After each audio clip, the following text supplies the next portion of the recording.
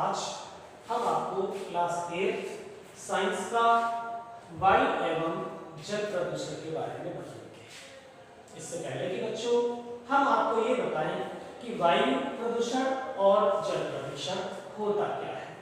उससे पहले हमें ये जानना आवश्यक है कि ये प्रदूषण होता कहाँ पे है और इस प्रदूषण को फैलाता कौन है। तो बच्चों हमारे आसपास का जो वातावरण है जिसे हम पर्यावरण ही कहते हैं, इस पर्यावरण में ही यह सारे के सारे प्रदूषण जितने मैंने नाम लिखे हैं ये सभी प्रदूषण इस पर्यावरण में ही होते हैं। तो सबसे पहले हमें ये पता चल गया कि ये प्रदूषण होता है। अब सवाल उठा कि इस प्रदूषण को करता कौन है। तो इस प्रदूषण को हम और आप ही फैलाते हैं। अब हमें ये जानना जरूरी है कि प्रदूषण होता क्या है। तो बच्चों हम अपने आसपास की जितनी भी वस्तुओं का अपने लिए प्रयोग करते हैं उनमें से जो दो मुख्य वस्तुएं हैं, पहली वायु और दूसरी जल, क्या इसके अलावा हम और किसी वस्तु का प्रयोग नहीं करते हैं। तो प्रदूषण की परिभाषा अगर हम देना चाहें तो प्रदूषण की परिभाषा होगी हमारे पर्यावरण में होने वाले वो रासायनिक परिवर्तन जो जीवधारियों के जीवन को प्रभावित करते हो उन्हें हम प्रदूषण कहते हैं। समझ में आ गया। हमारे पर्यावरण में होने वाले वे रासायनिक परिवर्तन जो जीवधारियों के जीवन को प्रभावित करते हैं प्रदूषण कहलाते हैं। ठीक है बच्चों, ध्यान रखना है परिवर्तन कौन से हैं, रासायनिक, भौतिक परिवर्तन नहीं। रासायनिक परिवर्तन ही होंगे वही हमारे जीवन को प्रभावित करेंगे। तो हमें समझ में आ गया प्रदूषण होता क्या है। अब ये प्रदूषण होते कितने प्रकार के हैं। प्रदूषण होते हैं 5 प्रकार के, वायु प्रदूषण, जल प्रदूषण, ध्वनि प्रदूषण, मृदा प्रदूषण और रेडियोधर्मी प्रदूषण। लेकिन हम यहाँ पर बात करेंगे केवल वायु और जल प्रदूषण। तो सबसे पहले हम बात करते हैं वायु प्रदूषण की। वायु प्रदूषण होता क्या है, किसके द्वारा फैलता है और इसको रोकने के उपाय क्या होते हैं। तो सबसे पहले वायु प्रदूषण की परिभाषा, वायु में होने वाले ऐसे रासायनिक परिवर्तन जो हमारे जीवन को प्रभावित करते हो वायु प्रदूषण कहलाते हैं। जैसे बच्चों आपने देखा होगा अगर आप किसी बड़े शहर में चले जाओ और अचानक से वहां पर ट्रैफिक जाम हो जाए, हमें सांस लेने में प्रॉब्लम्स होती है। कभी-कभी हमारी आंखों में भी एलर्जी होने लगती है, जलन होने लगती है। पता है क्यों?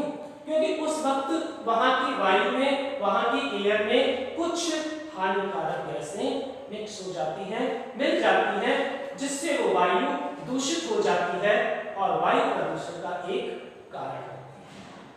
तो वायु प्रदूषण का कारण हम और आप ही हैं। सबसे पहले आप ये बताएंगे कि वायु प्रदूषण का कारण क्या है। वायु प्रदूषण का पहला कारण है घरों में उपयोग होने वाला चूल्हा या अंगीठी। आपने देखा होगा अगर जो बच्चे गांव के हों, जब गांव में आपकी मम्मी चूल्हे पे खाना बनाती है, साथ में उनके आंसू भी निकलते जाते हैं। पता है क्यों? कि जब वो चूल्हे में लकड़ी या कंडे को जलाती हैं और उनके जलने से जो हानिकारक गैसें निकलती हैं, जैसे कार्बन मोनोऑक्साइड, सल्फर डाइऑक्साइड, जब ये गैसें वायुमंडल में मिल जाती हैं तो वायु को दूषित कर देती हैं। इससे हमें सांस लेने में दिक्कत होती है, कभी-कभी हमारी आंखों की रोशनी भी कम हो सकती है। दूसरा, जितने भी उद्योग हैं उन उद्योगों से निकलने वाला धुआं भी वायु प्रदूषण का एक मुख्य कारण है, क्योंकि ये इस धुएं में भी कई हानिकारक और विषैली गैसें मौजूद होती हैं जो हमारे आसपास के वातावरण को दूषित कर देती है, जिससे जीवधारियों को सांस लेने में, साथ ही जो पेड़ पौधे ऐसे स्थान पर उगते हैं उन पेड़ पौधों को आगे वृद्धि करने में मुश्किल होती है, क्योंकि पेड़ की जो पत्तियां होती हैं उन पत्तियों में जो स्टोमेटा होते हैं उस वायु प्रदूषण के कारण स्टोमेटा के जो छिद्र होते हैं, जो रंध्र होते हैं, वो बंद होना शुरू हो जाते हैं। और जब वो रंध्र स्टोमेटास बंद हो जाते हैं तो उनमें वाष्पोत्सर्जन की क्रिया या श्वसन की क्रिया नहीं हो पाती है। इसलिए ऐसे पेड़ पौधे जो वायु प्रदूषण वाले स्थान पर उगते हैं, उनका विकास ठीक ढंग से नहीं हो पाता है। वाहनों से निकलने वाला धुआं, अगर आप किसी रेड लाइट एरिया पे ट्रैफिक जाम में फंस जाएं तो आप देखते हैं गाड़ियों से अत्यधिक धुआं निकलता है और वही धुआं वायु प्रदूषण का कारण होता है।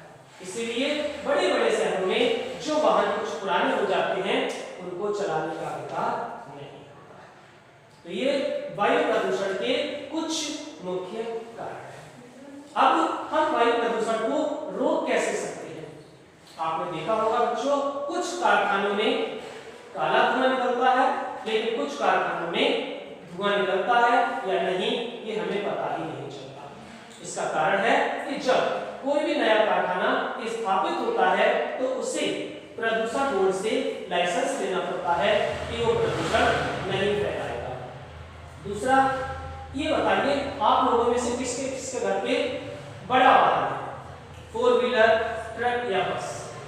तो आपने देखा होगा उस वाहन में फ्रंट शीशे पे एक हरे कलर का स्टिकर लगा होता है, उस पे लिखा होता है प्रदूषण नियंत्रण बोर्ड। यानी कि जो भी बड़े वाहन होते हैं उन्हें प्रदूषण नियंत्रण बोर्ड से इस बात का लाइसेंस लेना पड़ता है कि हमारा वाहन प्रदूषण नहीं फैलाएगा या कम करने की कोशिश करेगा।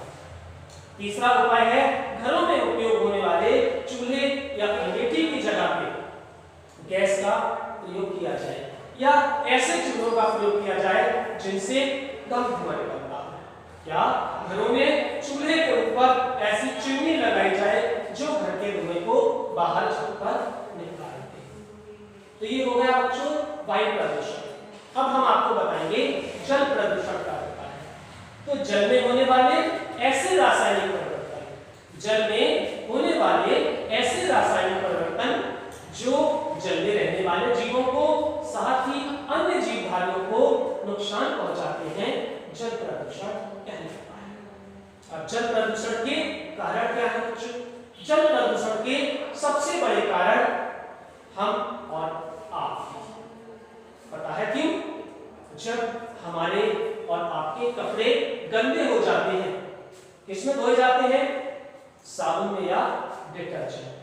और वो साबुन या डिटर्जेंट घरों की नालियों से होता हुआ बाहर किसी गड्ढे में इकट्ठा हो जाता है। और जब उसी डिटर्जेंट या साबुन वाले पानी को सपोज कोई जानवर पी लेता है तो इनडायरेक्टली वो डिटर्जेंट या साबुन उस जानवर के मिल्क में मिक्स हो जाता है।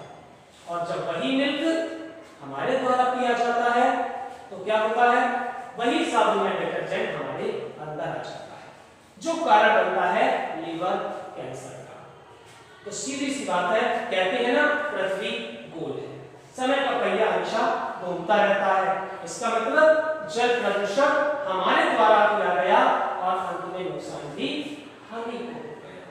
जल प्रदूषण का दूसरा कारण होता है कारखानों से निकलने वाला वेस्टेज या मेडिकल वेस्टेज। आपने देखा होगा कुछ मेडिकल्स, कुछ हॉस्पिटल्स अपने यहाँ से निकलने वाले अपशिष्ट पदार्थों को जल में, पास में बनी हुई नदियों में या नालों में फेंक देते हैं। या कुछ फैक्ट्रीज की ऐसी होती हैं जो अपने यहाँ के अपशिष्ट पदार्थ को जल में प्रवाहित कर देती हैं, जिससे भी जल प्रदूषित हो जाता है। अब जल प्रदूषण के उपाय, सबसे पहले हम कोशिश करें कि जल में दूषित पदार्थों को कम से कम मिलाएं। कारखानों या मेडिकल वेस्टेज को जल में ना मिलाएं।